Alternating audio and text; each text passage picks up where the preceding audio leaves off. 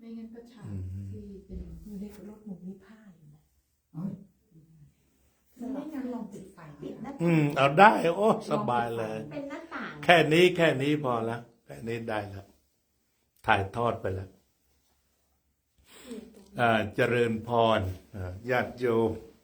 สาธุชนทุกท่านรายการธรรมทาน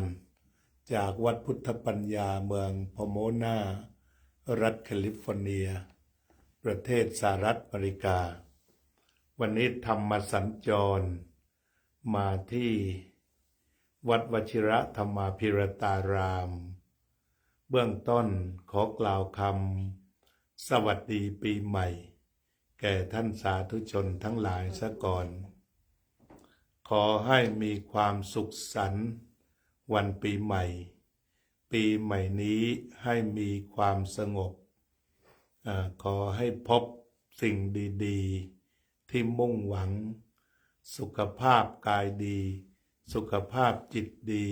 มีพลังมีความสมหวังสดชื่นทุกคืนวันก็ขอสวัสดีปีใหม่ทุกท่าน1 มกราคมพุทธศักราช 2569ขณะนี้ทางวัดพุทธปัญญาก็เป็นเวลา 6 โมงเช้าก็เจริญพรมายังโยมกัลยาว่องทิพย์คงคาสวัสดีปีใหม่วันนี้ญาติโยมสามารถเขียนสวัสดีปีใหม่ขึ้นมาได้ทุกท่านนะสวัสดีปีใหม่กับทุกคนการกล่าวคำสวัสดีปีใหม่เป็นการแสดงความมีน้ำใจอันสงบเยือกเย็นสดชื่นเบิกบานต่อเพื่อนทั้งหลายโยมนิพาพรยิ่งรุ่งโรจน์จากจังหวัดสุรินทร์เป็นยังไงบ้างสวัสดีปีใหม่ก็มีมาจากทั่วทุกมุมโลก ก็เจริญพรพี่น้องชาวซูริกวันนี้มาฟังธรรมะเพิ่มขึ้นประมาณ 400-500%คือวันนี้มาเพิ่มอีก5 คนธรรมดามี3 คนก็ขอขอบคุณที่มาเยี่ยมเยือนแล้วก็ฉลองวันปีใหม่ด้วยธรรมด้วยพรกันถ้าไม่มีญาติโยมผู้ใดจะถามหัวข้อธรรมก็คิดไว้เรื่องของความสุขเรื่องของความสุขที่เราพูดว่าสุขแล้วก็สันวันปีใหม่คำว่าสุขก็คือความสะดวกความสบายสันติคือความสงบบางทีเรามีความสบายแต่ยังไม่สงบก็ไม่สมบูรณ์เช่นอยู่บ้านหลังใหญ่รถราคาแพงแต่นอนไปหงุดหงิดไปกลุ้มไปเรียกว่าเรามีความสุขแต่ไม่สงบหรือว่ามีรถอย่างดีขับแต่ติดตลอดเวลาก็มีความสุขอยู่ที่มีรถคันงามขับแต่ว่าไม่มีความสงบใจฉะนั้นจึงพูดกันว่าสุขสันต์วันเกิดอย่างเนี้ยก็คือหมายความว่าให้มันไปพร้อมกันให้ไม่มีของใช้สะดวกแล้วก็มีจิตใจที่สบายอันนั้นก็ที่มาของคำว่ามีความสุขโยมนิชการวิเชียนทองอันนี้จันทนครศรีธรรมราชเจริญพรสุขสันต์วันปีใหม่โยมไพจิตบุญร่วมจากหลังสวนชุมพรสวัสดีปีใหม่ทีนี้เมื่อความสุขที่ไล่กันไปตามที่พระพุทธเจ้าสอนไว้ก็คือ1กามสุขคำว่ากามะก็แปลว่าสิ่งที่น่าพึงใจเกิดจากตาเห็นรูปหูฟังเสียงจมูกดมกลิ่นลิ้นลิ้มรสกายถูกต้องโผฏฐัพพะจิตใจรับธรรมารมณ์เรียกว่ารูปที่น่ารักเสียงที่น่ายินดีกลิ่นที่น่ายินดีรสที่น่ายินดีการสัมผัสที่น่ายินดีแล้วก็อารมณ์ทางจิตใจที่น่ายินดีหากยินดีเพลิดเพลินในสิ่งนั้นๆเราเรียกว่ากาม กามสุขทีนี้ยกตัวอย่างในชีวิตประจำวันกามสุขที่เรามีเช่นเราจะไปซื้อเสื้อผ้าที่สวมก็จะต้องมีสีที่ถูกใจอันนั้นเป็นกามชนิดหนึ่งทีนี้กามเนี่ยถ้าสมปรารถนาจะสบายแต่ถ้าไม่สมปรารถนาจะหงุดหงิดเช่นยกตัวอย่างเราจะไปกินอาหารชนิดหนึ่งที่ร้านนั้นอาหารเด็ดแต่กลายเป็นว่าขับรถไป2 ชั่วโมงไม่มีก็ไม่สมหวังก็เป็นทุกข์ทันทีอันนี้เรียกว่ากามสุขแต่ถ้าได้สมหวังจะไปกินก๋วยเตี๋ยวเป็ดโอ้โหมีแล้วกำลังลดราคาเนี่ยมันก็ความสุขมันก็เพิ่มแต่ถ้าบอกว่าพอดีวันนี้ร้านปิดควบเลยอันนี้ความสุขที่เป็นกามสุขมันยังแกว่งอยู่มันมีความสมปรารถนาแล้ววันนี้นักร้องดังจะมาแสดงที่นั่นที่นี่แต่ถึงเวลาปรากฏว่านักร้องรถชนกลางทางเป็นนักร้องแทนเขาก็รู้สึกหงุดหงิดโหเขาบางทีเหมือนเมื่อคืนดูที่เวียงนฤมลที่เป็นนักร้องดังสอเขียนคิ้วหลุดมือเนี่ยแต่ว่าก่อนที่จะดังก่อนที่จะดังก็เป็นนักร้องก่อนเวลาเขาบอกว่าวันนั้นก็จะร้อง4 เพลงเนี่ยมีคนบอกว่า2 เพลงก็พอแล้วลงมาจะกลับคือไอ้นักร้องจริงยังไม่ไปคือมาแล้วไม่สมปรารถนาไอ้นักร้องคนนั้นมันดังกว่าแต่ต้องไปฟังนักร้องอีกคนหนึ่งเพราะไอ้คนที่ปรารถนาจะไปเสพเสียงของคนนี้มันผิดหวังอย่างแรงก็คือจากรักก็กลายมันโทสะมาเพราะนั้นกามมาสุขเนี่ยคือมันไม่เที่ยงมันไม่เที่ยงเช่นว่าเมาเงี้ยอันนี้เป็นกามมาสุขเลยกินเหล้าก็หัวฟัดหัวเหวี่ยงเพราะฉะนั้นสุขที่1เขาเรียกว่ากามมาสุขกามมาสุขนี่หมายว่าซื้อเอาได้นี่ลักษณะของกามมาสุขคือจ่ายแพงจะต้องสูญเสียหนักเช่นต้องเสียเวลา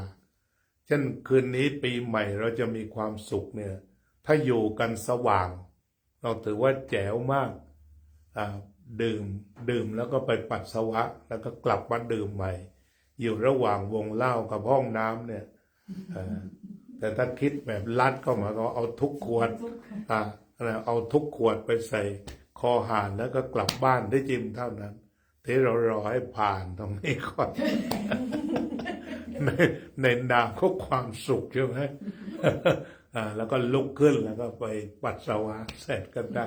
นั่งได้ทั้งคืนก็คือกามมาสุขมันจะหมุนเวียนอยู่แบบนั้น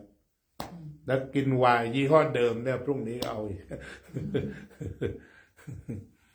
ลักษณะเดียวกันหรือเล่นไพ่เหมือนกันนะแพ้ชนะมีแค่เนี้ยเล่นได้ทั้งปีนี่คือกามมาสุขลักษณะกามมาสุขนี่ก็เรียกว่ามันเป็นวัฏฏะสงสารดูดกัญชาสูบบุหรี่คืออาการเดิมแต่ว่าไม่เคยเบื่อแต่ถ้าฟังเทศแล้วก็เทศเหมือนเมื่อวานเอกไม่ฟังแล้ว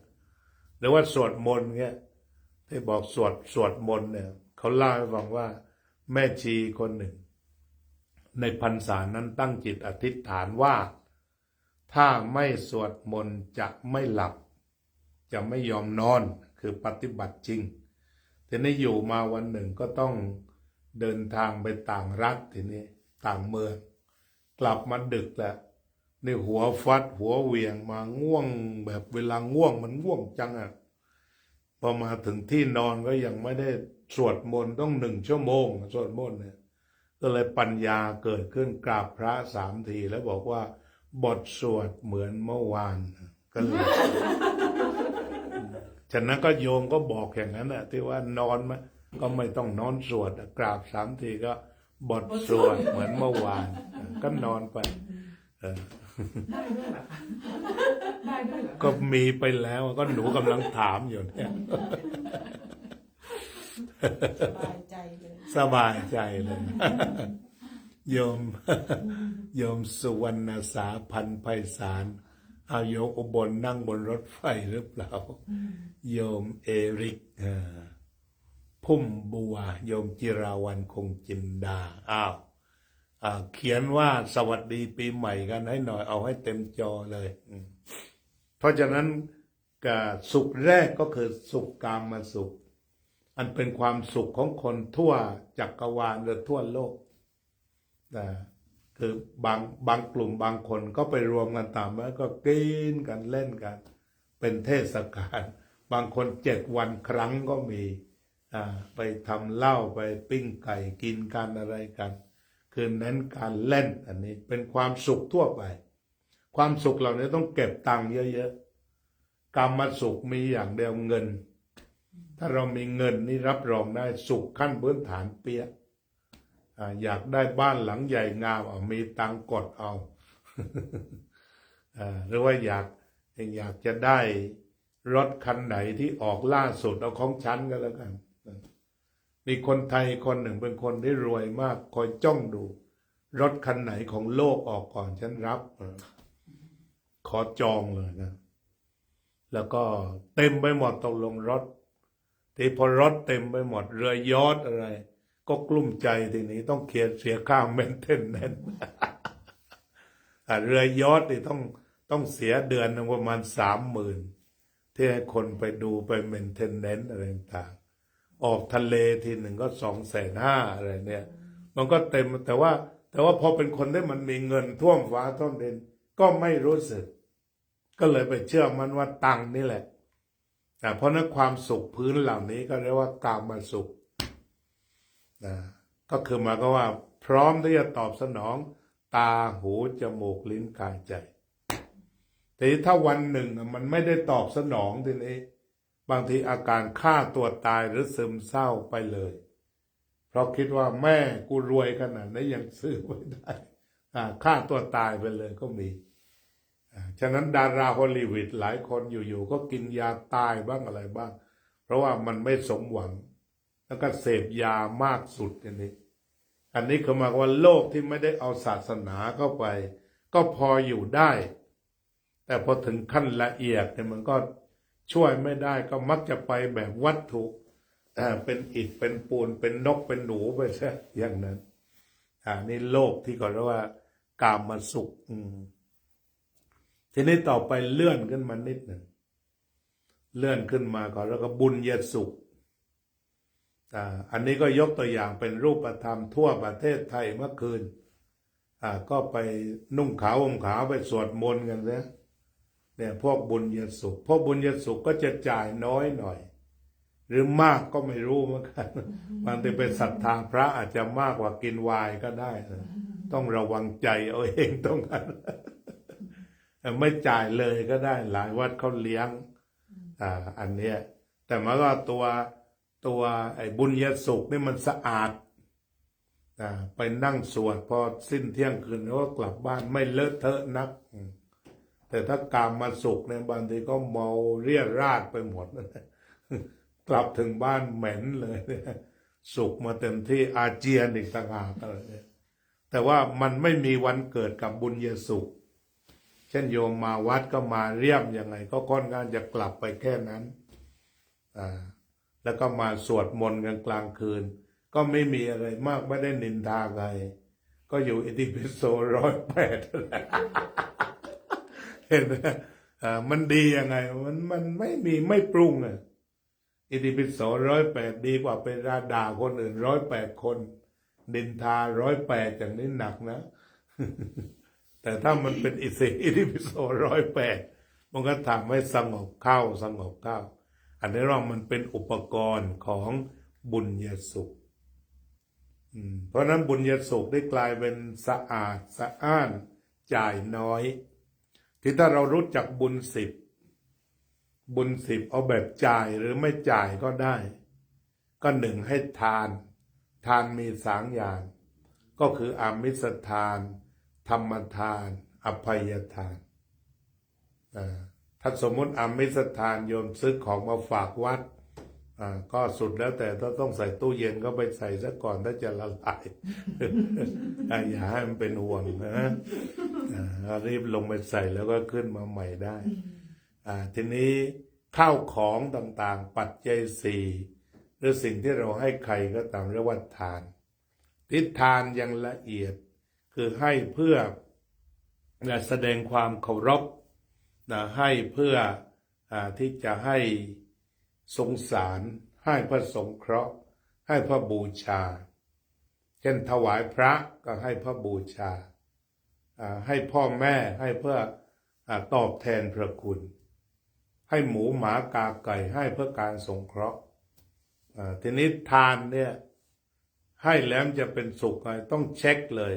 ก่อนให้เป็นสุขกำลังให้เป็นสุขให้แล้วเป็นสุขนี่ก็คือทานที่แท้ก่อนให้เป็นสุขกำลังให้เป็นสุขให้แล้วเป็นสุขถ้าเช็คแล้วแบบนี้ผ่านอาตมาก็เลยเคยอธิบายเป็นรูปธรรมกับญาติโยมสมมติว่าจะไปทำบุญเนี่ยเราก็เอามือไปแตะดูสมมติมันมีใบละ100เรายังสะดุ้งโยงแล้วรู้สึกเสียดายว่าเอาลองขยับมาใบละ50สะดุ้ง50%พอใบละ10นิ่งนั่นแหละทำแค่นั้นแล้วมันไม่มีความทุกข์เลยทำได้ตลอดชีวิตแล้วห้ามทำบุญแบบวูบฉันน่ะมีศรัทธาใครตรงนั้นแล้วควักเลยแล้วไปนอนก่ายหน้าผากที่บ้านสมัยเกจิดังๆบางคนก็ศรัทธาอย่างหนักเลยถวายโอนให้อีกพอสุดท้ายได้ข่าวว่าพาไปให้แฟนหมดฟุบเลยใช่ไหมมีหลายคนที่ทำบุญกับอาจารย์อลงกฎเนี่ยทั่วโลกเลยใครก็ช่วยท่านพอได้ทราบว่าเอามีอยู่ตั้ง10,000 ล้านแล้วยังไม่เอามาจ่ายเลยหลายคนฟุบย้อนหลังเลยเพราะฉะนั้นเวลาทำบุญก็ทำต่อหน้านี่แหละเราก็ทำต่อหน้าไปวัดไหนดูค่าน้ำค่าไฟไม่ค่อยมีควักไปสักนิดสักหน่อยสักนิดไม่ดุ้งไม่ดุ้งหรือโดนพระโกงไปวิยาวัจกรโกงไปสบายมากนะก็ทำในขนาดนี้อย่าทำจนโอ้โหเสียดายสถานเลยไม่น่าเลยอย่าให้เกิดอาการอย่างนั้นในการทำบุญกับวัดกับวาแล้วแบบนี้ถ้าจิตมันเป็นแบบนี้มันเราจะได้บาปหรือได้บุญบาปย้อนหลังเล บาป ย ย้อนหลังใช่ไหมคะบาปแล้วก็ทรมานใจลูกนี้ซื้อบ้านเองเลยเอายกตัวอย่างก็เมื่อสมัยก่อนชื่อหลวงปู่เนนคำเนี่ยก็เจอกันไปเยอะคนนั้นหลายหมื่นที่พอท่านต้องเข้าคุกตัดสินเท่าไหร่100 กว่าปีกันนั่นเองทุกคนป่วยตามกันไปหมดคือติดคุกตามไปหมดคือติดตารางใจคือถอนความเสียดายไม่ออกเพราะฉะนั้น ถ้าเราเข้าใจอย่างนี้ก็ทำทุกอย่างทำทานอามิตรเนี่ยคือหลุดไปเลยหายไปเลยสบายมากแบบนี้ไม่ว่าจะเกิดดินถล่มฟ้าทลายไม่หวั่นไหวมันก็ขึ้นอยู่กับปริมาณที่ทำเพราะฉะนั้นอย่างที่อาตมาที่วัดพุทธปัญญาแคลิฟอร์เนียเนี่ยก็จะไม่มีขายของไม่มีอะไรทั้งสิ้นมาวัดทำก็ได้ไม่ทำก็ได้ถ้าทำก็เขียนโมทนาบัตรถ้าไม่ทำก็กลับบ้านไม่มีรายการฟันเรซซิ่งโดยประการทั้งปวงครับเนี่ยที่วัดที่ออกในนามนายโยมมาดูคึกเนี่ยคือจะไม่มีสิ่งเหล่านี้จะไม่ตั้งพระป่าจะไม่ตั้งกฐินใดๆทั้งสิ้นอย่างทอดกฐินนี่ก็แปลว่าเอาผ้ามาให้พระแล้วก็จบส่วนวันนั้นใครจะเอาตังมาให้วัดก็แล้วแต่ออกมา3 บาทก็ออกโมทนาบัตรให้5 บาทออกให้หมดทุกใบไม่ได้ถามว่ายอดเท่าไหร่ไม่พาไปประกวดกับใครแล้วบางคนก็ข้าวของก็เอามากินกันเอง ก็กลายเป็นว่าอย่างกับโต๊ะจีนทุกครั้งเวลามีงานแต่วันนี้ก็ที่โน่นก็ปีใหม่คนก็จะมากันพาข้าวพาแกงกันมาเพราะฉะนั้นก็ปล่อยให้โยมทำบุญแบบเสรีทำหรือไม่ทำยังไม่พร้อมเพราะฉะนั้นวันก่อนที่เขาโดนวัดโดนปล้นกันเยอะที่วัดแต่รอดปลอดภัยไม่โดนปล้นบางวัดโดนไป90,000บางวัดยกตู้บริจาคไปหมด ปล้นกันขนาดหวั่นไหวเลย วัดในแคลิฟอร์เนีย จริงเหรอเจ้า จริงเลยขนาดมันมีกล้องเห็นโจรจำได้ ที่ก็ปรากฏว่าโจรที่มาปล้นที่วัดเนี่ยก็ส่งคลิปมาให้ดูก่อนแล้วเป็นจอมโจรจอมใจเลยสวย เป็นแขกสวย เป็นผู้หญิงเหรอ เป็นแขกสาวสวย3 คนมา คือไปปล้นวัดโน้นมาก่อน คือหมายก็ว่าให้ไปคุยกับพระแล้วที่เหลือนี่ก็จะไปอุ้มตู้บริจาค หรือบางวัดนี่ทำแผนสนิท ยกตัวอย่างเช่นบอกจะมาสวดให้พ่อให้แม่ แล้วก็ดึงพระมาไว้ ศาลาทั้งหมด แล้วก็ที่เหลือก็ไปลุยตามกุฏคือรถเขาจะเอารถตู้มา2 คัน ที่มาปล้นที่วัดวันนั้น จากหลักการที่เราดี ก็เลยทำให้รอดไปโดยอัตโนมัติ3 สาวนั้นก็มันบอกว่าให้เปิดศาลาไปหน่อยศาลาปิดใช่ไหมที่เราอยู่คนเดียวเราก็บอกว่าไม่ต้องเปิดคุณจะมาทำอะไร ก็บอกว่าจะมาขอพรวันเกิดเอาโน่นไปใต้ต้นไม้ ที่วัดจะมีพระอยู่ใต้ต้นไม้เอาบอกคุณไปไหว้พระเองบอกฉันจะไปขอหยอดตู้บริจาควัดนี้ไม่มี คือที่วัดเนี่ยเป็นที่เดียวของโลกที่ไม่มีตู้บริจาคทีนี้ถ้าอย่างนั้นฉันจะบริจาคเงินทำบุญ ก็บอกว่าวัดนี้มีกฎว่าต้องมาวัดเกิน7 ครั้งจึงจะรับโดเนชั่นแรกก็เลยไม่มีโอกาสที่จะให้เสียอะไรได้ ก็บอกคุณมา6 ครั้งให้ฉันจำได้แล้วก็จะได้ทำบุญครับอันนี้คือโจรแท้ก็ต้องกลับไปโดยปริยาย ยกมือไหว้ด้วยนะโจรไหว้ไปเลยยอม คนเล็ก เนี่ยเขาส่งคลิปมาเลยนะจ๊ะเอ๋เลย จอมโจรจอมใจเลยแขกสวย3 คน ไม่น่าเชื่อก ล้ามาก ไม่น่าเชื่อ นี่เนี่ยเราก็เลยรอดไงรอดเพราะไม่เห็นแก่ได้ถ้าทำไม่มา7 ครั้งยังไม่ต้องมาบริจาค คือคนบริจาคจะต้องอั้นไว้อย่างแรงจะต้องเก็บ ต้องศรัทธาต้องอย่างไร อย่างแรงเพราะฉะนั้นที่วัดเนี่ยก็เอาอย่างนั้นนะว่า ถ้าเราจะทำอะไรสักอย่างก็ต้องไว้บอกแล้วก็พอจบก็ปิดเลย เพราะฉะนั้นคนก็อยู่ในฐานะที่จะจ้องกลัวไม่ทันเพราะว่าถ้าเราต้องการสมมุติทำโซล่าเซลล์เนี่ยโซล่าพาเนลเนี่ยราคา14,000อย่างเงี้ย7 วันก็ปิดจ็อบละคนที่มาช้าก็ไม่ได้ แล้วเราก็ไม่รับด้วย ไม่ใช่ว่าตังมาเท่าไรรับหมดไม่มีต้องการอะไรสัก200 ครบ200เลิกคือทำเป็นเรื่องไปอันนี้ก็ถือว่าเพราะนักการให้ทานแบบนี้ไม่เน้นฟันเรซซิ่งพอไม่เน้นฟันเรซซิ่งเราก็ว่าเป็นเรื่องไปว่าเอาโยมจะทำบุญอันนี้ประมาณคนละเท่าไหร่อยากจะไปทำบุญช่วยเลี้ยงสามเณรที่วัดโมลีโลกยาราม700 องค์เนี่ยทั้งพระทั้งเณรคนที่ทำมา 3-4 ปีแล้วก็ขอไม่เกิน20 ดอลต่อคนให้ทำแค่นั้นห้ามบริจาคมากกว่านั้นต้องพร้อมที่ประมาณ20ถ้าโยมจะทำโยมก็ไม่กระเทือนเงินครบปั๊บโอนเดี๋ยวนั้นเลยคือไม่ได้เก็บเอาไว้ฉะนั้นที่มาที่นี่ก็เหมือนกันก็บอกว่าจะใช้ระบบอย่างนี้เอาถ้าใครจะถวายอาตมาโดยตรงก็เข้าวัดหมดเลย 100%คือเอาแบบพระสมัยพุทธกาลก็ได้กินได้อยู่ได้ใช้ไฟฟรีนะก็พอแต่ไม่ต้องมีพ็อกเก็ตมันนี่กลับวัดตอนออกมาโยมก็ถวายตังค์กันเยอะก็บอกไม่ต้องหรอกเพราะอาตมาไม่ได้ไปเที่ยวมาอยู่ที่เดียว ฝั่งโน้นก็ไม่รับฝั่งนี้ก็ไม่รับ อนุโมทนาด้วย เนี่ยบอกไว้ก่อน4-5 วันนี้เพราะเรื่องของพระมันมีเรื่องเยอะที่เราจะไปเรียกใครให้ทำเราต้องทำเองคือเราจะอยู่กับชาวบ้านเนี่ยที่ถ้าเกิดอาตมาไปอยู่วัดบ้านนอกถ้าใครถวายปั๊บจะคืนเขาบอกโยมจะถวายเท่าไหร่10 บาทเก็บไว้ให้ด้วย เดี๋ยววันหลังอาตมาต้องการนมสักกระป๋องค่อยบอกเขาเรียกว่าระบบปวารณาเนี่ยอาตมาจะนำมาใช้ก็มาใช้ที่นี่ก่อนแล้วเนี่ยที่อยู่ที่นี่เพราะฉะนั้นญาติโยมที่จะมาที่นี่ถ้าจะให้อาตมาก็คือไม่รับแต่เข้าวัดหมดเพราะถือว่ามันเป็นสังฆทาน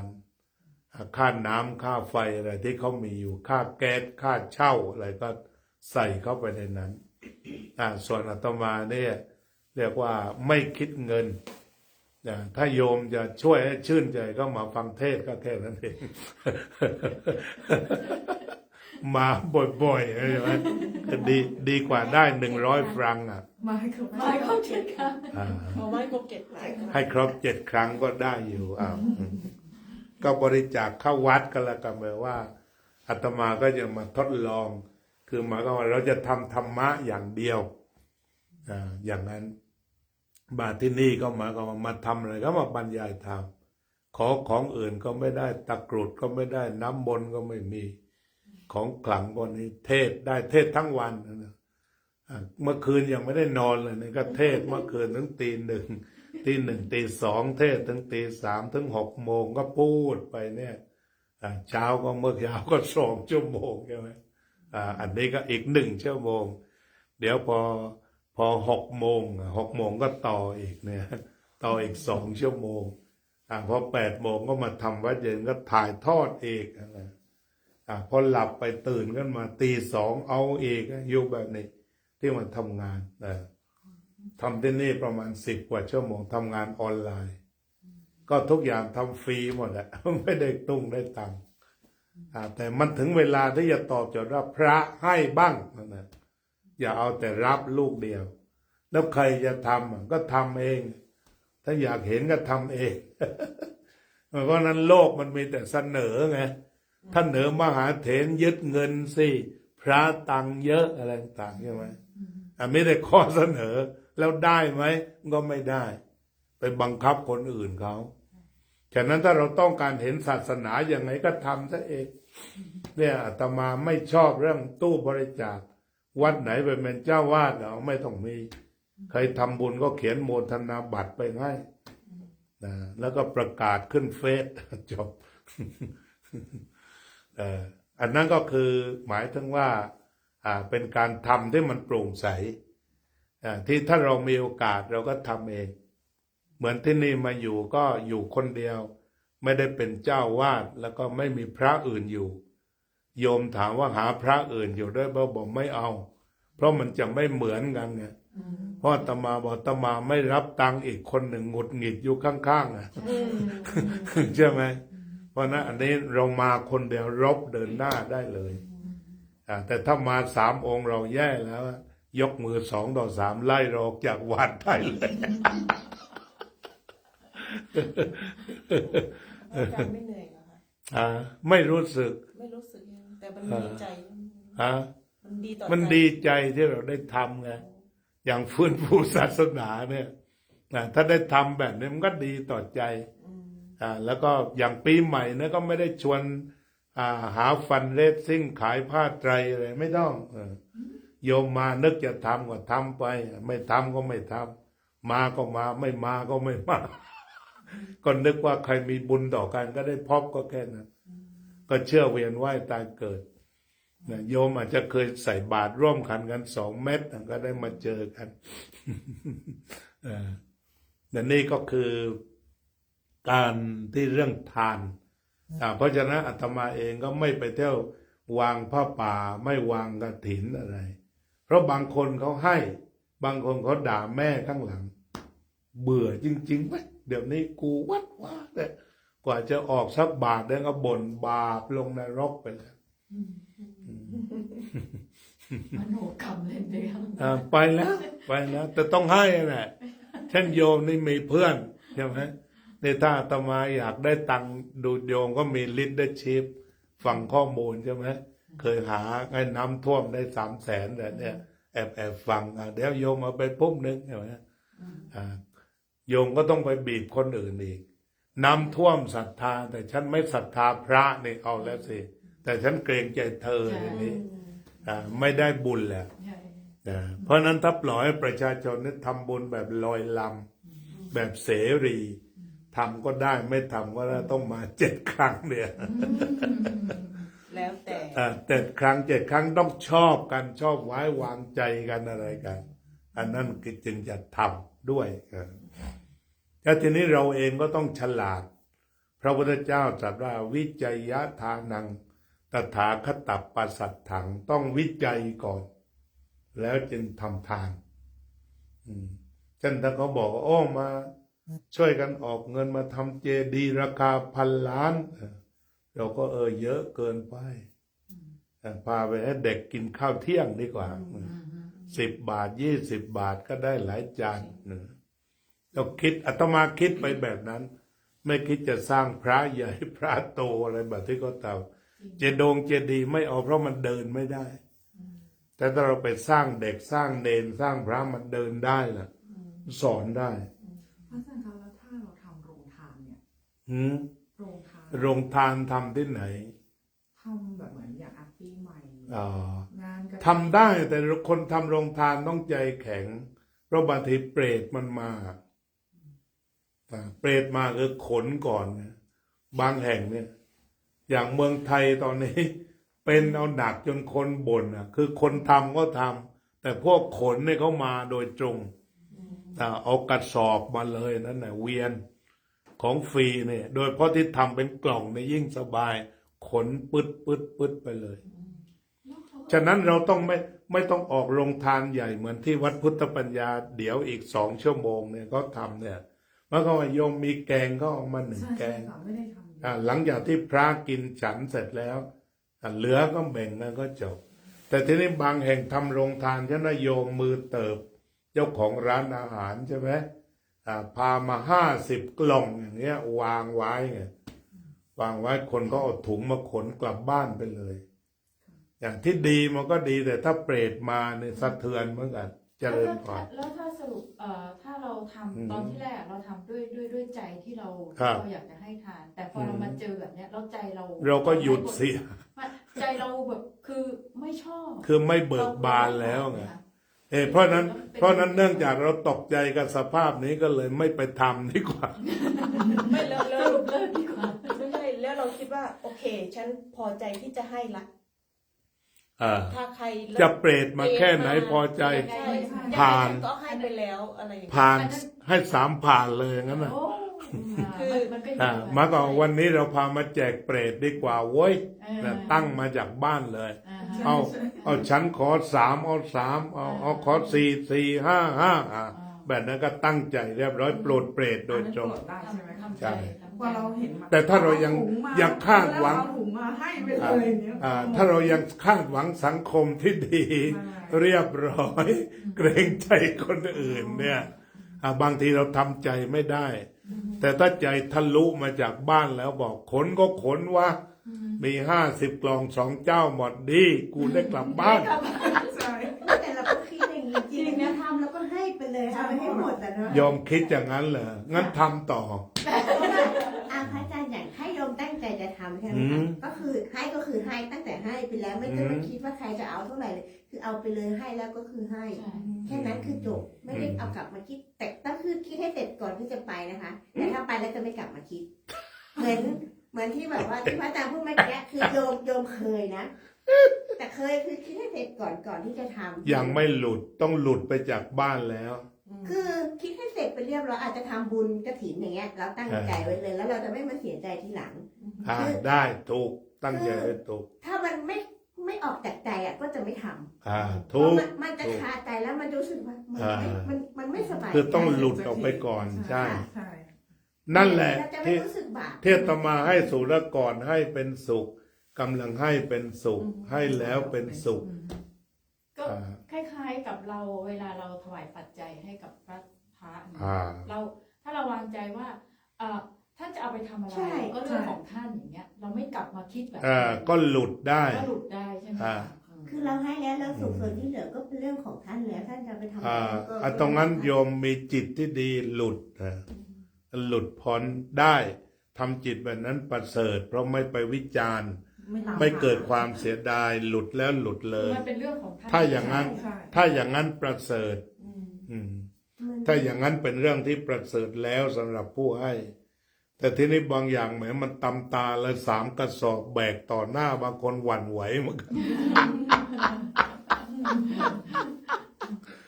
อย่างปีที่แล้วก็ถ่ายทอดสดตามวัดต่างๆเนี่ยโอ้ยพวกโขนมากันเยอะแล้วเสียงบ่นดิ เขาไม่ได้ผลอย่างเดียว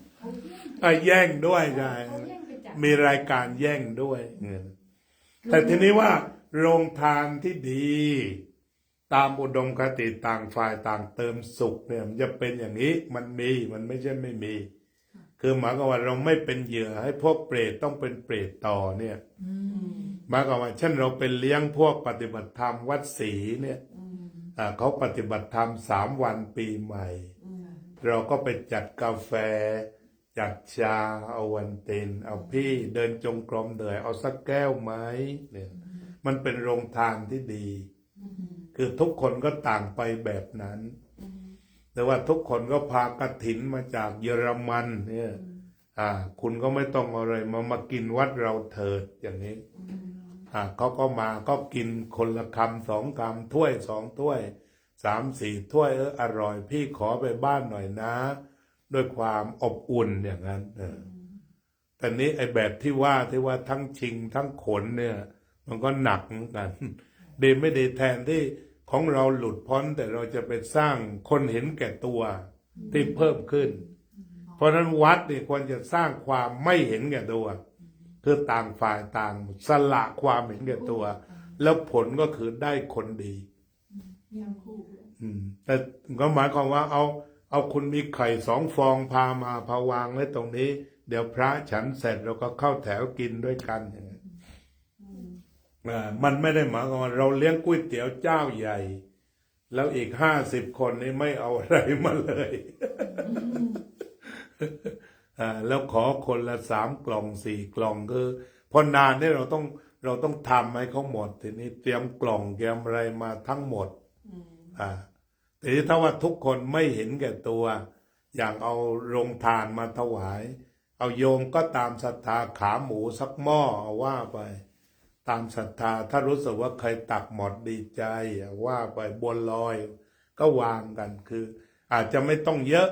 แต่มากัน30 คนมันก็เต็มเลยแล้วพอกินเสร็จแล้วก็ที่เหลือก็แจกกันให้เกลี้ยงก็ใจก็เกลี้ยงถาดก็เกลี้ยงหม้อก็เกลี้ยงอย่างสมมติคือเราเอาไปทำอย่างเงี้ยเราไม่สามารถจะรู้ได้ว่าใครอยากจะขนกลับอะไรยังไงเท่าไหร่ซึ่งเราไม่ได้อยากจะสนับสนุนให้เขาทำแบบนั้นแต่มันเป็นพฤติกรรมที่เขาทำอย่างที่อยากจะขนหรืออะไรเงี้ยนั้นเราจะทำอะไรได้อะค่ะหมายความว่าเราจัดระบบให้เขาหมดความหวังเช่นแทนที่เราจะใส่กล่องนี่เราก็ใส่หม้อไว้เงี้ยก็ขนยากแล้วหมายความว่าเราก็กินให้เสร็จก่อนนี่อย่างที่วัดอาตมาเช่นว่าเดี๋ยวอีก2 ชั่วโมงจะเลี้ยงเนี่ยเราก็บอกกฎก่อนนะกฎข้อที่1ก็หมายความว่ารอบที่1ให้รีบตักของอร่อยก่อนนะแล้วก็รีบออกไปแล้วก็เพื่อนที่รออยู่จะได้ตักพร้อมกันกินก่อนโยมมองไปดูแล้วชอบขาหมูก็ไปจ้ำขาหมูไปถ้วยหนึ่งก่อนรีบนั่งกินเอาให้หายอยากไปเลยโยมเห็นบัวลอยขอบัวลอยก่อนแล้วกันรอบที่1พอมารอบ2เอาเขี่ยนานหน่อยได้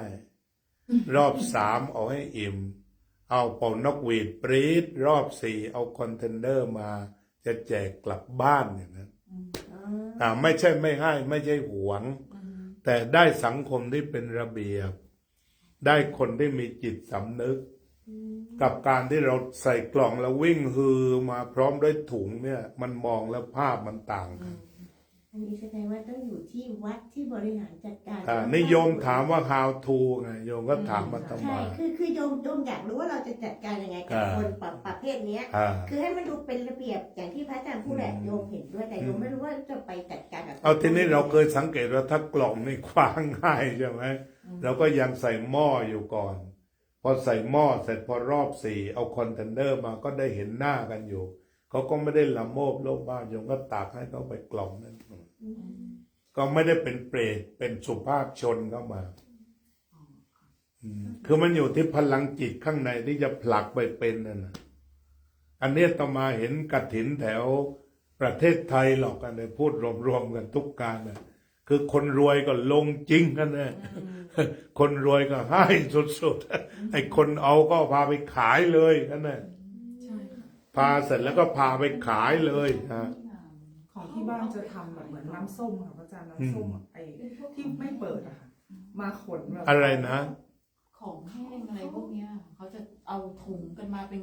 ป็นธุรกิจเขาเลยนะ ฮะ ทานอะ เพราะฉะนั้นทีนี้ถ้าเราเข้าใจโรงทานเราให้อยู่ แต่จัดระบบไงคือหนึ่งเลือกประเภทโรงทาน เช่น วัดไหนเขาบวชกันเป็นร้อยแม่ขาวอย่างเงี้ยเราก็ไปเลี้ยงแบบนั้น เพราะท่านเรียบร้อยไงพอเราให้แล้วเราได้บุญเราอิ่ม เห็นแม่ขาวเอาอีกไหม่ค้าแม่ขาวนิดหน่อยไหม่ค้าซึ่งอาการมันดีกว่าการมองคนโลภ ไปทำบุญไหม ใช่ไหมเอาแม่ขาวเอานี้หน่อย พอแล้วยังน้ำส้มนิดไหมหิวไหมเงี้ยใช่ไหมกับการที่เราวางว่าเอ้า ปกติเราก็ให้แล้วก็เอาไปเลยประมาณนี้ พระพุทธเจ้าบอกให้วิจัยหน่อยไง โอเคค่ะ นี่อาตมาพูดว่าให้วิจัยหน่อย ก็ไม่ได้ว่าอะไร แต่ก็ ไม่เคยวิจัย แต่ก็ให้ก็เหมือน ใจไป ที่ ต่อ ให้เราตั้งใจจะไปทำบุญ แต่พอเหมือนถ้าเป็นชาวบ้านใช่ก็จะมาพูดว่า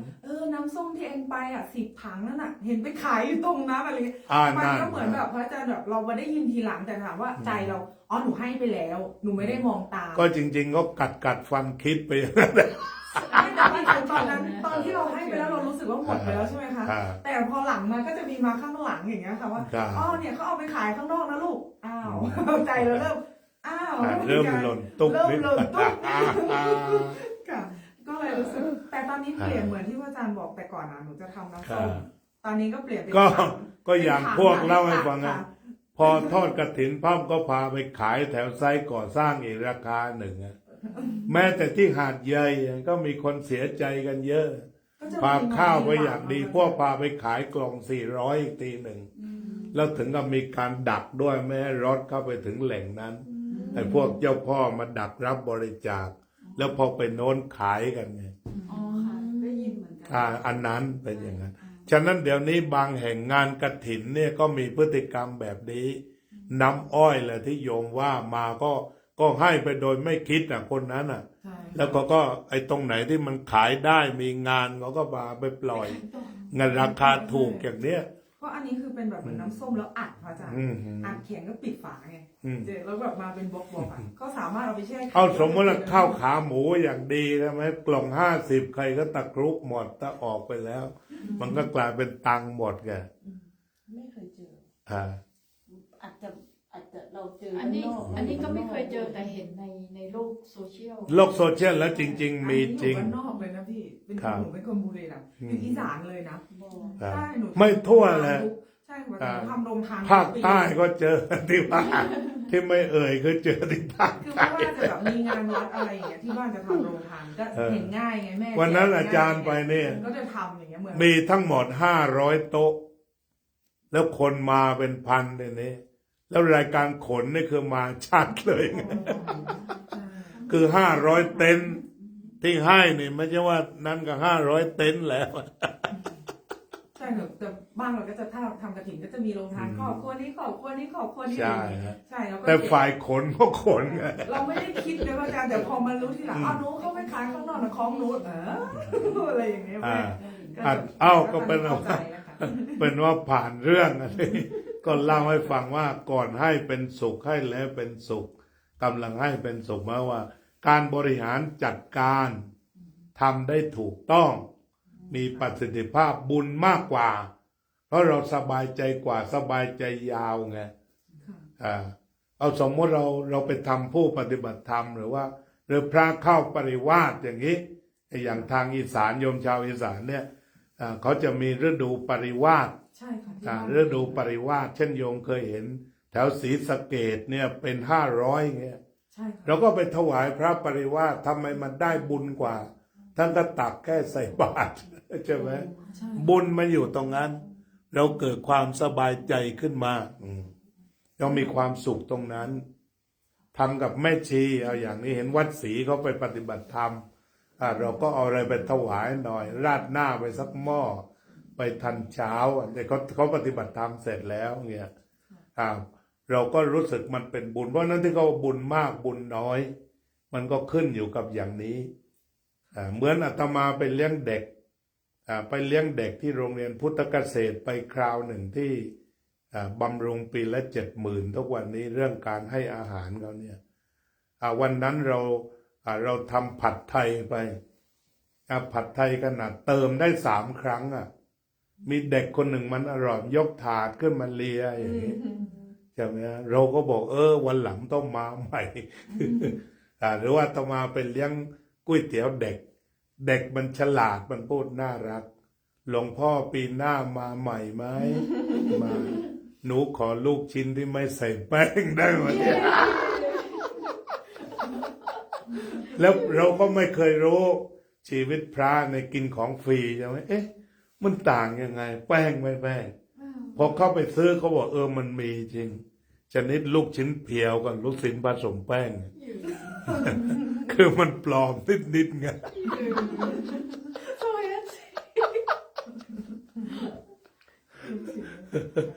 อันนี้ก็คือประสบการณ์ที่พอเราเห็นเสร็จแล้วเนี่ยเราประทับใจที่เห็นเด็กเห็นคุณค่าอย่างแรง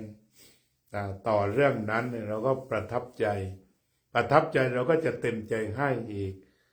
คราวหน้าให้มากกว่าเดิมอีกหาสิ่งที่เขาสั่งไปให้ด้วยความเต็มใจอย่างนี้นี่ทานไม่ได้หมายว่าเราขี้เหนียวแต่ว่าบางอย่างเราจัดสรรให้มันได้บุญเยอะแต่รอบนี้หนูทำน้ำแดงน้ำนมแล้วทุกคนบอกว่าอร่อยมากแต่ว่าเราตักให้ค่ะไม่ต้องใช่แล้วฝาแล้วทุกคนบอกโอ้ยน้อยจังเลยปีนี้ก็ลองก่อนลองก่อนเอาไม่เป็นไรเอามารอบ2ได้เอาเดี๋ยวต่อคิวมารอบ2แต่ให้ดูกินให้ดูหน่อย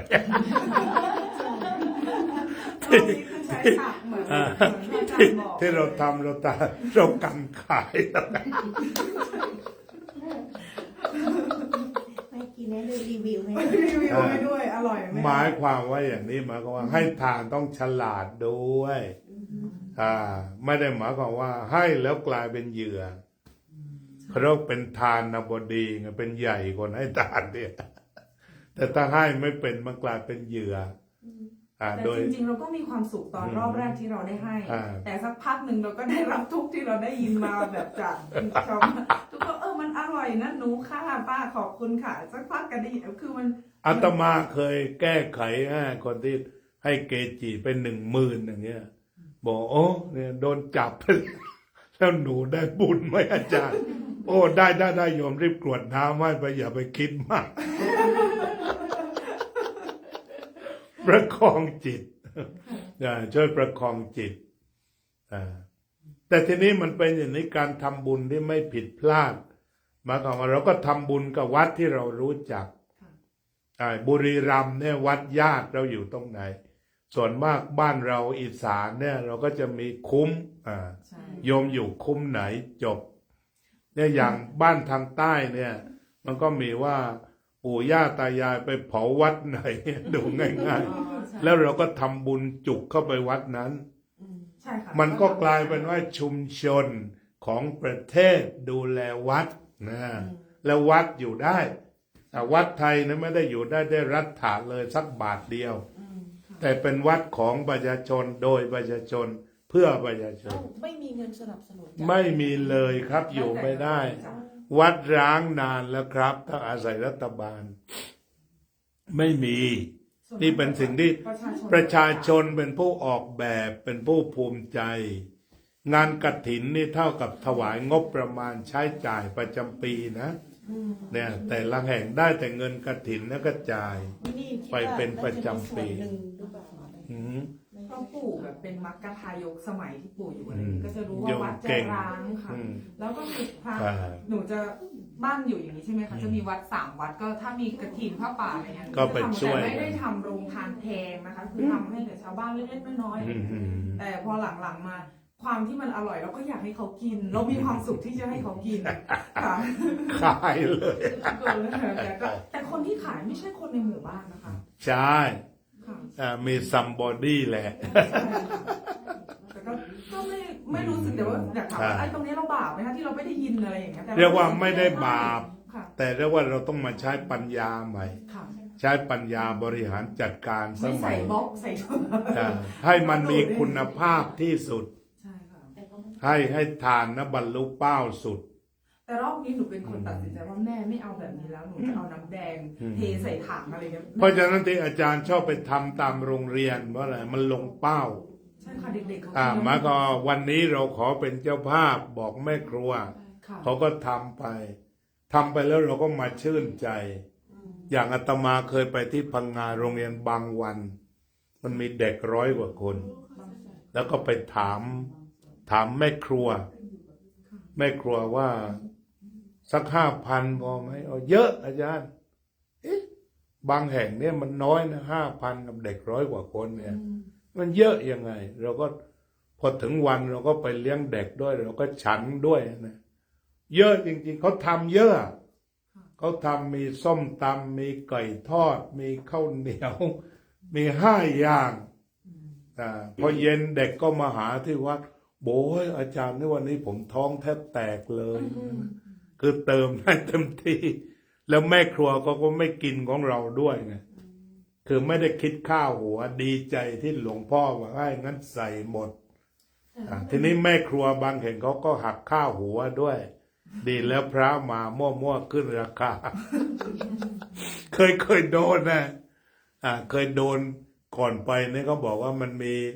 ไอติม1 ถังกับก๋วยเตี๋ยวเท่าไหร่เขาบอก5,000พอหลวงพ่อพอฉันเสร็จเขาขอ8,000พูด ราคาขึ้นก็โดนมาเรื่อยโยมในโลกการให้ทานเนี่ยโดนมาเรื่อยไง ใช่ค่ะอาจารย์ เลยพวกนี้เราก็พวกเปรตรับคือมันอยากได้ไงพออยากได้ก็เริ่มโกงเล็กโกงน้อย แต่อันนี้จะชอบวันเกิดอะค่ะจะทำโรงทานให้เด็กที่โรงเรียนเก่า แล้วเหมือนเราซื้อของไปเยอะๆเพื่อให้คุณครูแจกเด็ก แล้วเด็กตอนเย็นก็จะบอกหนูได้แค่อันเดียวเราความที่ว่าเราเป็นเด็กเคยได้อาหารเป็นถาดใช่ไหมคะจะมีกับข้าวทุกชนิดอยากให้มีขนมอะไรอย่างนี้ใน1 วันที่วันเกิดเรา เด็กๆมาหนูไม่ได้อิ่มเลยก็สงสารลูกเอาตั้งใจว่าวันนี้จะให้ลูกกินให้อิ่มทั้งโรงเรียนอะไรเงี้ยมีแค่80 กว่าคนอะไรเงี้ยบางทีเราไปรู้สึกทีหลังอีกแล้วเหรอ เขาไปหักแล้วไง คือเขาเอาไปแจกเหมือนเอาครูเอากลับบ้านเลยค่ะ ไม่บางคนไปหักหัวคิวเงินไง ก็ไม่รู้เหมือนกัน มีอยู่โรงหนึ่งอาตมาเคยคือหมายความว่ามันมีจุดอ่อนว่าเห็นตังค์ไม่ได้ เห็นตังค์แล้วจะโกงขึ้นมาทันที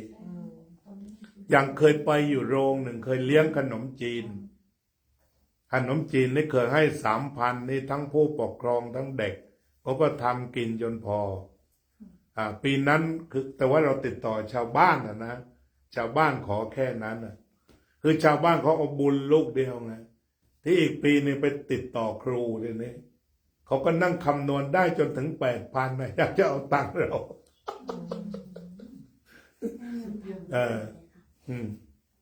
ทำบุญเลี้ยงอาหารเด็กเลี้ยงอาหารสัตว์แล้วก็คนแบบเป็นโรงทานหรือว่าแบบที่เขาประสบภัยเอาแค่3 อันนี้ก่อนอันไหนที่แบบว่า มันจะได้อานิสงส์ก็อานิสงส์ก็อยู่ที่โยม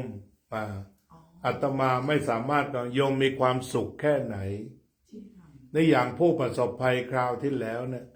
ก็มีพระเคยอยู่วัดเราแล้วก็ท่านก็อยู่ในที่น้ำท่วมอย่างเงี้ยท่านก็ทำได้วันละ1,000 ห่อเราก็รีบส่งเงินไปทั้งหมดได้ทีหลังก็เพิ่มเป็น1,500แล้วท่านก็พยายามเจาะในคนที่อดอยากเราก็มีความสุขเพราะน้ำแห้งเราส่งไปได้แค่90,000 กว่าท่านบอกพอแล้วครับอาจารย์ตอนนี้เขาช่วยตัวเองได้แล้วแต่เราก็มีความสุขเพราะว่าเขาได้กินในช่วงที่ลำบากที่หิวที่ต้องการโยมทำกับเด็กแล้วก็สัตว์แล้วก็อะไรคือต้องทำหลายๆอย่างแล้วก็เราคิดว่าอันไหนที่แบบว่าเขาเดือดร้อนมากอะไรอย่างเงี้ยอย่างสมมติมันขึ้นอยู่กับเรากับเขาเรากับสัตว์ บางคนเนี่ย ปัจจุบันเนี่ยมีหลายคนถึงกับว่าจ่ายเป็นหมื่นนะหมาป่วยที40,000ก็มี ค่ะ เขาพาไปตังค์เขาอะเขาตังค์เยอะ ลูกไม่มีแฟนไม่มีเงี้ยควัก40,000จ่ายซ่อมหมาวัดวิ่งปลอเนี่ยโอ้โหใจถึง ใจรักอะค่ะใช่ใช่ เนี่ยเขาก็ไปหาหมาวัดมาซ่อมวิ่งปลอหมดเลยชนิดเคาะแล้วก็ ต้องเลี้ยง เคาะแล้วก็ขี้เรือนหลุดอันนี้ก็พาไปปลูกขนได้เรียบร้อยหมด ความ สี่ สุขของเขา 40,000 50,000เป็นความสุข เพราะเราจะบอกว่าให้ไปเลี้ยงเนนก็ไม่ได้เลี้ยงหมานั่นแหละ แสด ดี ง แล้ว ทำตรงไหนแล้วสุขใจก็ทำตรงนั้น สุขใจแล้วโยมรู้สึกว่าหมาไม่โกงโยมไม่คอร์รัปชันไม่อะไรโยมเลี้ยงหมาแล้วไม่โกงไม่แม้มไม่ ไม่โกหก แสดงบิลผิดอะไรกินกันคนละครึ่งก็ไปเลย คือสบายใจตรงไหนก็ ทำแล้ว plus ตรวจสอบยาก เลี้ยงหมา plus อ๋อ ไอ้ตรงนี้เราก็ไปบอกไม่ได้ คือเห็นแล้วมันใจมันบอกว่าอยากทำอย่างนั้น ใช่ค่ะ ต้องทำแล้วเหมือนน่ะต้องมา อยาก มัน ทำ ส่งสัญญาณอย่างนั้น ใช่ ว่าอยากทำแล้ ตรง ว ไหนก็ได้ใช่ไหมคะตกลง ที่เราสบายใจ ครับ แต่ว่าปัญญามันจะไปพร้อมแล้วเราบอกอกเข้าท่าเลยตรงนี้ แต่เราไม่ได้วินิจฉัยก่อนเนี่ยว่า คือ แล้วแต่ว่าทีนี้เราก็ออกแบบ เอาอย่างสมมุติว่าอันนี้มัน8,000ได้แค่นี้กับ 4,000 ได้เยอะกว่า เราก็เอาไปให้ 4,000ดังนั้นถ้าเรารู้ว่าอันนี้แอบกินแล้วเงี้ย อ๋อ กินไข่เราลัง2 ลังกลายเป็นตะกรวดแล้วกินไข่ใช่ไหมข้าวผัดก็ไข่ลดน้อยลงตะกรวดมันกิน เรา สั สาก มา ค ร รึ่ ถ ง เสาะหาได้ใช่ไหมคะ อ่า โอเค หมายความว่าไม่ได้ทำมั่วๆต้องหาข้อมูล ค่ะค่ะตอนนี้ หาข้อมูลแล้วนี่อย่างเหมือนอาตมาไปทำบุญที่วัดโมลีเนี่ย ที่บอกว่าติดใจกับวัด5,000เลี้ยงพระได้700เนี่ย ที่ชอบที่ก็ตามไปเองทีนี้ พอตามไปถึงที่เลยนะ คือทำบุญไม่เห็นตัวมานานที่ก็ตามไปถึงที่ ตามไปถึงที่ ก็ไปคนประเคนนะคือเขาทำเองหมด แต่พอไปประเคนทำเสร็จพอไปพื้นที่ต้องควักอีก แต่ควักด้วยหัวใจ แจกแม่ครัว ใช่ เพราะว่าแม่ครัวมาตั้งแต่ตี 3ที่มาดูแลลูกเนนน่ะฉันก็มีตังค์ไปเล็กน้อยก็เลยต้องขอเชิญทุกคนมานั่ง แล้วก็ขออนุญาต บูชาโยม คนละ200 บาทไม่ได้มีตังค์ไปมากนะโยมก็รู้สึกว่าซาบซึ้งอาตมา คือเลี้ยงโต๊ะใหญ่ก็เลี้ยงแต่ว่ายังนึกถึงแม่ครัวด้วย ซึ่งเป็นบุคคลที่น่าให้นี่ถ้าอาตมารวยๆก็คนละ1,000ไป หรือมีเยอะให้คนละ10,000เลยเนี่ย เพราะยิ่งถามประวัติยิ่งน่าให้ แต่ละคนนี่เกษียณแล้ว เพราะนั้นเวลาตี 3ไม่ตื่นขึ้นมาไปเข้าครัวกัน เพราะเลี้ยงพระ600-700อย่างนี้ครับอันนี้มันบอกว่าต้องทำอีกนะเพราะนั้นที่ควักเงิน10,000เงินแสนทำเพราะนะไอแรงจูงใจแบบนี้ แต่พระอาจารย์ฝรั่งจะคิดว่าทำไมทำทาน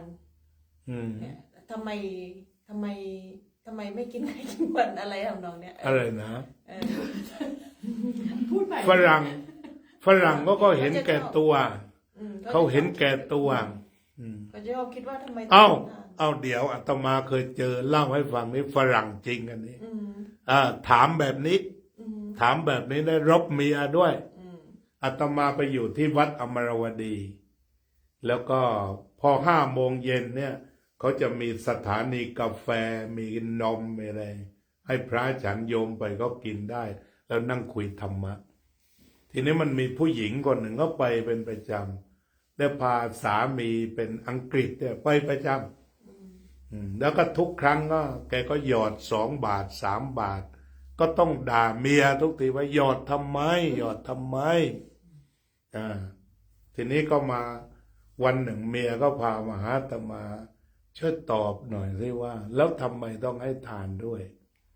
ที่ก่อนหน้านั้นอาตมาสังเกตว่า ฝรั่งนั้นมาปั๊บจะกดกาแฟทุกที2 แก้ว 3 แก้วกินเพลินไงแล้วก็มาถามฉันว่าให้ทานทำไม ฉันก็บอกก็มาเลี้ยงคุณน่ะ คุณเล่นไปแล้ว3เนี่ยเท่าไหร่ก็ไป กี่ปอนด์แล้วนี่ที่กดกินฟรีเนี่ย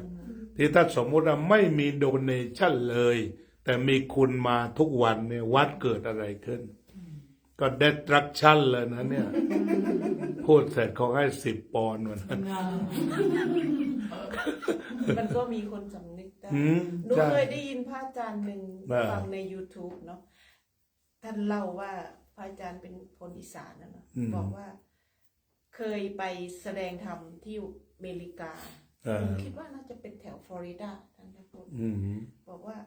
แถวนั้นเป็นมีแต่เทวดามาเกิดจริง ๆ ท่านพูดว่าอย่างนั้นว่าเขามีโรงทานเวลาไปกินข้าวบัตรก้นบาทพวกเทวดาพวกเนี้ยยืนรอข้าวอะค่ะรอตักข้าวมีระเบียบเรียบร้อยมากๆท่านพ่อพูดว่าคนพวกเนี้ยเป็นเทวดาอาจจะเป็นคนที่ศรัทธาพุทธคนที่ไปวัดอะค่ะแต่หนูก็ยังไม่แน่ใจอยู่ว่าแล้วเขามีวิสากันเขามีจิตใจในธรรมะคือที่โยมพูดเนี่ยก็ยันเนี่ยเป็นเพอร์ซันนั่นฝรั่งคือไม่ใช่เยนเนอรอนฝรั่ง ไม่ใช่ general ครับไม่ใช่หมายความว่าขึ้นชื่อว่าฝรั่งแล้วจะต้องขี้เหนียวไม่ใช่ เนี่ยอาตมาจนต้องห้ามมาเนี่ยเป็นด็อกเตอร์คนหนึ่งเป็นตำรวจระดับผู้กำกับอยู่นิวยอร์กฝรั่งแท้นะฝรั่งอเมริกันเมียเป็นไลบรารียนใหญ่โตร่ำรวยก็เข้ามาฟังรายการอาตมา2 ปีนี่ช่วงเช้าออกรายการที่นี่ก็มีก็มาก็เอาแต่จะให้ลูกเดียวแต่มาหาอาตมาเอาเปนี้มันไม่ต้องเดี๋ยวคุณเก็บไว้ก่อนนะคืออยากจะให้ได้ยินพูดโครงการนี้นั้นจะให้อยู่ลูกเดียวว่างๆเอาเป็นไงจะขอเลี้ยงพระอีกแล้วบอกเก็บไว้ก่อนดีแล้วคุณจะให้เอาที่หัวใจคือจะให้อย่างเดียวเจอพระเนี่ยมีขาดเหลืออะไรดูเนี่ยอย่างอาตมาออกอากาศแบบเนี้ยเดี๋ยวซื้อผ้าส่งมาแล้วคลุมไหล่อย่างเงี้ย คือเพราะฉะนั้นเราจะบอกว่าฝรั่งหรือไทยหรือเอเชียไม่ได้เลยคือมันเป็นคนเป็นจิตไอ้ขี้เหนียวก็เหนียวปึ๊ดแหละคือพยายามพูดถึงไม่ให้ก็เหตุผลทั้งหลายก็คือไม่ให้นั่นแหละแล้วบ้านเราก็กำลังเริ่มไปสอนสิทธิเสรีภาพเรื่องอะไรน้ำท่วมเราเอาไปเลี้ยงทำไมรัฐะมีอะไรก็รัฐหมดจะไหมเริ่มจะสอนอย่างนั้นแต่ความจริงแล้วอเมริกาเองเนี่ยในช่วงโควิดเนี่ยมันมีการเขาเรียกว่า Nation and Kitchen เนี่ยนะวันหนึ่งเขาทำอาหาร1.5 แสนกล่องมีทุกแห่งเป็นแบรนด์คือใจบุญมันมีทั่วไงมันไม่ได้บอกว่าโอ้ประเทศอเมริการัฐสวัสดิการห้ามทำไม่มีก็มาเที่ยวแจกกันบางคนก็เป็นเอกชนทำข้าวไปแจกโฮมเลดอะไรนี่เขาก็มีมันไม่ได้บอกแล้วทำไมต้องให้ทานด้วยเขาก็มีเหตุของเขาแล้วอย่างนี้เราเรียกเขาว่าเขาเป็นคนมีธรรมะในใจอะไรได้โอ้ยคนพุทธคริสต์ถ้าเข้าถึงธรรมแล้วมันน่ารักบอสเนี่ยก็ร้องมันเป็น religious person เจอกันนี่โอ้ยมันเหมือนกันพุทธคริสต์เหมือนกันไม่ได้มีแตกต่างความเอื้อเฟื้อเผื่อแผ่ได้อย่างโป๊บทุกวันนี้อาตมาอยากจะเจอสักทีแกน่ารักการพูดจาปราศัยกับผู้กับคนกับเด็กกับเล็กถ้าเราติดตามตั้งแต่แกรับตำแหน่งใหม่ลงใหม่ป๊อบลุงเก่าก็จะได้ลุงใหม่ยิ่งเยี่ยมเลยลุงคนก่อนน่ะก็น่ารักอยู่แล้ว แต่คนนี้ตีขาดเข้าหาคนยากคนจนคนลำบากต่อสู้ แล้วก็การพูดการจาเนี่ยมันเข้าไปอยู่ในหัวใจหมดและแกก็ใช้คำเมตตาแปลว่า universal love ก็คือแปลว่าเมตตาเพราะฉะนั้นถ้าเราเดินเข้าไปตั้งอยู่ในความเมตตาแล้วได้จบ มนุษย์เนี่ยไม่มีละมันมีแต่เมตตาตัวเดียวที่กลายเป็น universal law ไป อาจารย์คะแล้วการเจอกันของเราของคนเราอ่ะมันขึ้นอยู่กับบุญ บุพเพกตปุญญาตาเนี่ยอย่างโยมพ่ออาตมานี่บุพเพกตปุญญาตา แต่ก็หมายความว่าเคยทำบุญมาแต่ปางก่อนเนี่ยพ่ออาตมาไม่ได้โฆษณาแจกแหวนเพชรให้โยมมาฟังเทศน์ใช่ไหมโยมก็มากันเองใช่ไหมมากันเองใช่ไหมเพราะนั้นมันได้เวลาแล้วที่โยมจะมาเยี่ยมอาตมาเนี่ย ใช่ มันหลายปีแสงแล้วที่รอกันมา อาจารย์หนูนั่งรถมาเรา ที่ ไปที่ ที่จะมาฟังธรรมอาตมาคิดแบบนั้น เพราะนั้นจึงไม่มีการโฆษณาแอดเวิร์ดไทอะไรทั้งสิ้นพบก็พบจากก็จากอย่างนั้น แล้วความบังเอิญก็ไม่มีจริงสิคะ ไม่ใช่เหตุบังเอิญเขาว่าเลยนะ เคยได้ยินไหม อันนี้คือทุกคนเหรอคะพระอาจารย์หรือแม้แต่คนที่เราไม่เคยรู้จักแล้วมาเจอกันก็คือเหมือน ก็เจอกัน ก็ต้องได้เจอ ก็เหมือนโยมแต่งงานกับชาวสวิตอย่างเนี้ย ค่ะ เคยเจอกันตอนป .3 มาบอกก็ไม่ ถ้าไม่ใช่บุพเพสันนิวาสทีนี้ นี่ นี่เป็นบุพเพสันนิวาสแล้วก็อาจจะเจอเพื่อนก็เป็นบุพเพกตปุญญาตาไป ที่มีความรักมีความผูกพันกันเนี่ยเพราะฉะนั้นที่ว่าโยมได้มีโอกาสแต่งงานกับคนยุโรปอย่างเนี้ยอันนี้ก็คือคำตอบคือเป็นบุญที่เขาดีไซน์มาแล้วว่าโยมต้องมาที่เนี่ยก็เหตุมาก็มาที่เนี่ยก็ไม่รู้หรอกก็ลองไปนั่งดูว่าทำไมยังได้หลุดมาที่สวิตอ่ะดูช้าๆดูช้าๆวันนั้นไปจวนใครไปพบใคร เหตุปัจจัยแรก อันนี้ศึกษาธรรมะต้องมองนะแล้วก็สุดท้ายก็เขี่ยปุ๊บก็มา มันอาจจะเป็นกรรมหรือเปล่าอาจารย์ พระอาจารย์คะหนูสวดมนต์ทุก ก็เป็นกรรมดี กรรมดี แต่ถ้าสมมติกรรมไม่ดีก็โดนแฟนซ้อมทุกวันอยู่ที่นี่ แต่กลับไม่ได้ก็จำเป็นต้องมารับกรรมที่นี่ รับถูกซ้อมที่นี่ หรือบางคนสบายทุกอย่างแฟนดูแลทุกอย่างแต่ดุกไม่ทรีตดีแต่มีหมดเพชรเม็ดโตรสอย่างดี แต่ว่าดุด่าว่ากล่าวอันเนี้ยจะกลับก็ไม่ได้ก็เสียดายแฟนกำลังจะตายมรดกมันก็คิดหนักดินี่อายุมากขึ้นหงุดหงิดมากขึ้นกลับดีหรืออยู่ดีเหลือนิดเดียวแล้ว จริงไหมคะที่พระท่านบอกว่า เราเคยอยู่ที่นี่มาก่อนเราถึงต้องกลับมาที่นี่ ก็เป็นไปได้หมดทั่วโลกทั่วจักรวาลเราเคยเกิดทุกคนทุกแห่งเป็นไปได้หมด เพราะในสังสารวัฏสี่อสงไขยกรรมและแสนกลับนี่มันนาน ไม่รู้ เพราะนั้นไอ้ความรู้เหล่านี้ทำให้ต่อมามีความสุขว่ามันตอบคำถามเนี่ยตอบคำถามอาตมานะอาจจะไม่ตอบโยมก็ได้ ก็ย้อนไปเมื่อเช้า อย่างเรื่องบุพเพสันนิวาสอย่างเนี้ยมันก็ต้องเจอกันจริงต้องดีกันจริง ต้องรักกันจริง ต้องเคารพกันจริงแล้วก็ไม่ใช่ทุกคนด้วย แต่ก็มีเวลาที่จะหมดใช่ไหมคะ ก็มี expire อยู่เหมือนกัน มาเจอบ างอย่างก็เหมือนยาเนี่ยก็มี expire แล้ว ตอนนี้ยัง ต้องยาบางคนยาตั้ง3 ครั้งจึงจะลงล็อกเนี่ย expire 3 ทีต้องผลิตใหม่พระอาจารย์เขาแล้วเวลาเราสวดมนต์ทุกวันนั่งสมาธิแล้วอยู่ดีๆเหมือนมองอย่างเงี้ยให้กลายเป็นเฉยๆอะคืออะไรคะ ใครเฉยหนูว่าเฉยกับทุกอย่างเหมือนรู้สึกว่าเห็นแล้ว ก็บรรลุก็เห็นแล้วเฉยปล่อยวาง รับรู้ดูเห็นปล่อยวาง โยมก็ใกล้จะมรรคผลขั้นสูงเลยเนี่ย เหมือน ดู เป็ ให้ น ดี ไอ้นั่นเลยนะคะว่าจะเหมือนเป็นโรคซึมเศร้าอะค่ะ ไม่ใช่ ไม่ใช่ซึมเศร้าคือปล่อยวาง ต้องจิตต้องจับรู้บันได้เจอของดีเจอเพชรแล้วพาไปทิ้งกันไม่ได้โยอย่าทำตัวเป็นไก่ ไม่ค่ะหนูขอคือมีอยู่อาทิตย์หนึ่งคือเห็นคนเดินอะไรอย่างเงี้ยค่ะแล้วน้ำตาก็ไหลออกมาแล้วก็รู้สึกคนนี้ก็คือเฉยๆคือไม่ได้รู้สึกอะไรค่ะแต่เฉยๆก็ไหลแล้วอยู่ดีๆก็นิ่งไปเลยค่ะคือนิ่งก็อึ้ง ก็ไม่ใช่โรคซึมเศร้า จิตเป็นกลาง ถ้าโรคซึมเศร้าหมายความว่าท้อแท้ไง ไม่มีค่ะ แม่ก็ไม่รัก พ่อก็ไม่รัก ไม่รู้ แฟนก็กำลังจะทิ้ง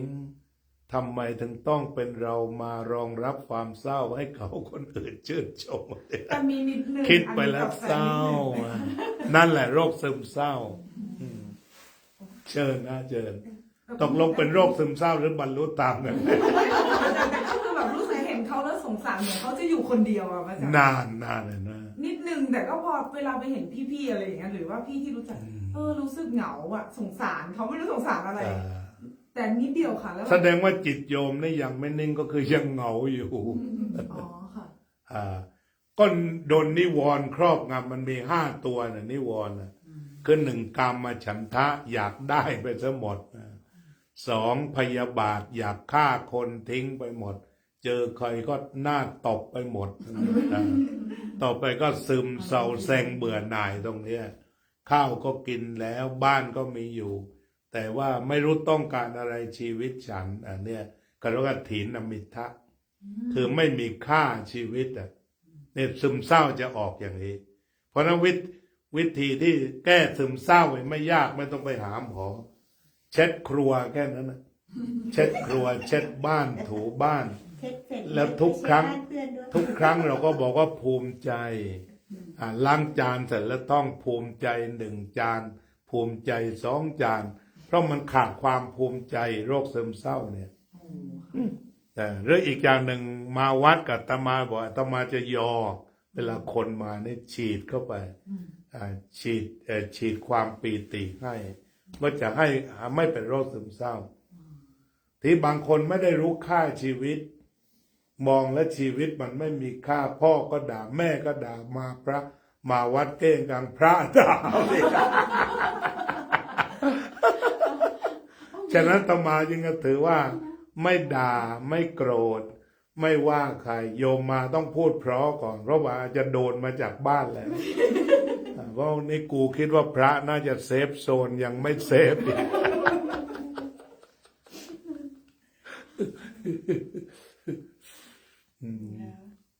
ดีขึ้นไหม ไม่ดีขึ้นค่ะ แต่ก็ยังงงแบบแค่งงตัวเองเฉยๆตอนนี้หนูดีขึ้นแล้วค่ะพอดีหนูไปเปิดฟังเสียงแสงธรรมอะไรสักอย่างนี่แหละค่ะฟังทุกวันการอยู่คนเดียวว่าทำไมคนตรงข้ามรู้สึกอะไรก็ช่างแต่เรารู้สึกแบบเหมือนปล่อยวางแค่ถามว่าตรงเนี้ยคือซึม คำว่าปล่อยวางนี่ได้ แต่กับปล่อยปละละเลยมันต่างกันคำว่าปล่อยวางหมายว่ามันเห็นจริงแล้วก็วาง ค่ะ ต้องเห็นจริงก่อนแล้วจึงจะวาง คือไม่ชูแล้ววางหมด อันนั้นเริ่มมีอาการ ไม่ค่ะหนูเวลารู้สึกว่าแต่ถ้าหมายก็ว่าเรารู้จริงแล้วก็วาง เขาเป็นแบบนี้หนูก็วาง คือ เขาเป็นแบบนี้หนูก็วาง คือต่อไปไม่ได้นั่นก็วางถูกแล้ว ค่ะ เรียกว่าเขามีกรรมเป็นของตน แล้วเราก็วาง คือเราไม่คิดแล้วก็วางคือเขามีกรรมเป็นของตน คือเราจะไม่เปลี่ยนชีวิตของเขาอยู่อย่างนั้นซดแกงจืดดังก็ซดอยู่อย่างนั้น แต่เราต้องอยู่กับเขา ก็อยู่กับเขาอยู่อย่างมีความสุข แต่เราไม่มีความสุขเราจะทำยังไง ก็เร็กคอกไนต้องให้มีความสุข ทำไม่ได้ ก็ทำไปนะก็ทุกไปต่อจนกว่าจะทำได้ทุกต่อไป ก็วนอยู่อย่างนี้ถ้าทำไม่ได้ ก็ทำไปได้ ก็ยอมมีเหตุแห่งทุกข์ทีนี้ถ้าโยมปล่อยวางนะคือเหตุแห่งสุขเกิดก็เริ่มสุข มันสุขแป๊บเดียว เราก็ต้องออกมา ก็เอาไว้หลายแป๊บต่อเข้าไปอีกนะได้แป๊บ1แล้วก็แป๊บ2แป๊บ3ต่อเป็นพันแป๊บไปเพราะนั้นทุกแป๊บจะเป็นแป๊บที่ปล่อยวาง ที่เข้าใจที่ยอมรับที่เห็นที่ treat แบบ very well ไป ก็อยู่กับมันอย่างมีความสุข อยู่กับมันก็ทุกข์กับสุขเราก็เลือกเอาเลยเลือกทุกข์กับมันดีก็ทุกข์ไปเลือกจะสุขเบาดีก็เบาไป ใช่ค่ะ เพราะสุขแปลว่าทนง่ายทุกข์แปลว่าทนยาก หนัก มันก็เป็นการเลือกของโยม ใช่ค่ะ you have a choice เขาว่างั้น You have a choice It depends on you เลย นี่พระพุทธศาสนาเขาเรียกให้ฟิโนเมนาไม่ได้บังคับไอ้ที่พูดทั้งหมดคือเป็นฟิโนเมนาคือหมายความว่าถ้าคุณถือคุณก็หนักปล่อยก็วางแล้วบอกว่าโยมไม่ปล่อยก็หนัก ก็มีทางเลือก ก็วางทุกวัน เอาวางก็เบาทุกวัน วางทุกวันพระอาจารย์วางทุกวัน ใช่ วางทุกวัน แล้วคนฟังก็ต้องวางทุกวันเหมือนกัน อะไรนะ คนฟังคนรับฟังก็ต้องวางทุกวันเหมือนกัน ก็คนอื่นไม่รู้แต่ว่าเราต้องจัดการเราอ่ะ ใช่แล้วก็วางทุกวันเราฟังก็ผ่านไป ก็ฟังก็ผ่านเพราะว่าเกิดดับแล้ว ปัญหาเขาไง พอเกิดเสร็จแล้วก็ดับ เกิดเสร็จแล้วก็ดับ ใช่ แล้วเดี๋ยวเราไปหยิบมาทำไม แล้วไม่ มันผ่านไปแล้วเพราะทุกตอนเราหยิบเฉยๆถ้าไม่หยิบมันก็ไม่ทุกข์ พระอาจารย์โยมถามอะไรหน่อยสิคนที่เขาปล่อยวางไม่ได้เลยเนี่ย มันเป็นเพราะอะไร ก็เขาหนึ่งยังไม่ได้ศึกษาธรรมะเรื่องปล่อยวาง เขาไม่เคยรู้ไม่เคยเห็นสองไม่เชื่อว่าปล่อยวางมีจริง และสามไม่ปฏิบัติ เพราะนั้นเขาจึงไม่ปล่อยวางครับ แค่นั้น แต่ทีนี้ถ้าสมมติว่าคนที่สนใจปล่อยวาง มันมีด้วยเหรอเพราะนั้นคอยจ้องกระทบแล้ว กูยึดอีกแล้ว วางวางวางหายใจเข้าวาง หายใจออกวาง หายใจเข้าวาง หายใจออกวาง ผ่านมาผ่านไปผ่านมาผ่านไปกันเลย let go ถึงเวลาเขาคง มันก็คิดว่าขึ้นอยู่กับเรา practice ขึ้นอยู่กับการใส่ของเรามาว่าใส่อะไรลงไปในนั้น ถ้าใส่เรื่องวางเยอะมันก็ได้เยอะเนี่ยแล้วโยมคุยยาวชั่วโมงครึ่งแล้วพอแล้วมั้งเนี่ยก็ขอบคุณ ยิ่งยาวเนี่ย ได้ ไม่จบ เนี่ย ได้อีกนะ ก็ทำมาเพลินเดี๋ยวอาตมา6 โมงก็มาได้อีกอยู่อีก30 วันมาได้ จะ อี ได้ ก 7 ครั้งเนี่ยวัน2-3 ครั้งที่มา2 ครั้ง เดี๋ยวโยมก็นัดสักวันหนึ่งที่ก็ไม่ต้องพร่ำเพรื่อ เช่นวันอาทิตย์ก็ว่ากันเต็มซะอย่างนั้นถ้าว่างงาน ว่างบ้านเคลียร์ขอวีซ่าจากแฟนในการออกนอกประเทศอะไรเรียบร้อย ขอปีนี้เลย ใช่ปลีกวิเวกสักหน่อย วันนี้ขอ พระอาจารย์ไม่ต้องไปวัดศรีเหรอคะไม่ต้องไปที่วัดศรี ก็สมัครมาอยู่วัดนี้ ก็คือไม่ได้ไปใช่ไหมคะไม่ได้ไปที่นู่นเลยใช่ไหม ยังไม่ได้ไป ที่นู่นก็มีพระ ไม่ก็คือบางทีพระที่มา เคยไปเยี่ยมกัน แต่อาตมาก็อยากจะมาอยู่เพื่อเติมเต็มเวลาขาดพระพูดง่ายๆเมื่อปีที่แล้วมาปีที่แล้วมาเดือนเมษาก็ปัญหาหลักที่นี่ก็คือว่าพระอยู่ได้ไม่เกินเท่าไหร่นะ90 วันตามวีซ่าเพราะฉะนั้นก็เห็นว่ามันเป็นที่ที่วิเวกดีที่ดีปัญหาอื่นไม่มีก็เหลือแต่ว่าทำยังไงทำคิวพระมาลงเท่านั้นเองแล้วก็ไปทางธรรมะเสียมันก็สบายอย่างนั้นอาตมาก็อาสาสมัครมาเอง45 วันมาตั้งแต่15ที่ถ้าโยมอยากศึกษาด้วยอยากเรื่องปล่อยวางเป็นเรื่องเดียวก็มาเลยทีนี้คือใครจะเอาอะไรมาก็รีบศึกษาแล้ว30 วัน อาทิตย์หน้า อาทิตย์ได้โยมนัดเลย 11 ใช่ไหม ใช่ครับไม่ปฏิบัติธรรมเหรอ มาที่เนี่ยเราก็ปฏิบัติ เจ้ามาสนทนาธรรมกันให้มันจิตใจโล่งว่างโปร่งเดี๋ยวเรากราบพระลาพระเขาแล้วกันนะเป็นไงแสงอย่างดีแสงอย่างจ้า สุดท้ายแล้วอาจารย์อาทิตย์ชั่วโมงสุดท้ายแล้ว แสงกำลังสวย ชั่วโมงสุดท้ายแล้วกัน พระอาทิตย์กำลัง พรุ่งนี้มาใหม่ มาไหว้พระกันหน่อยอะระหังสัมมาสัมพุทโธภะคะวาพุทธังภะคะวันตังอภิวาเทมิสวากขาโตภะคะวะตาธัมโมธัมมังนัมสสามิสุปฏิปันโนภะคะวะโตสาวกสังโฆสังฆังนามามิรับพรท่านโยมได้เพิ่งมา อภิวายธนาสีลิสะนิจจังวุฒาปัจจายโน จัตตารโอธรรมาวัฏันติ อายุวันโนสุขังพระลังเรียบร้อย กูลาพักทานนะ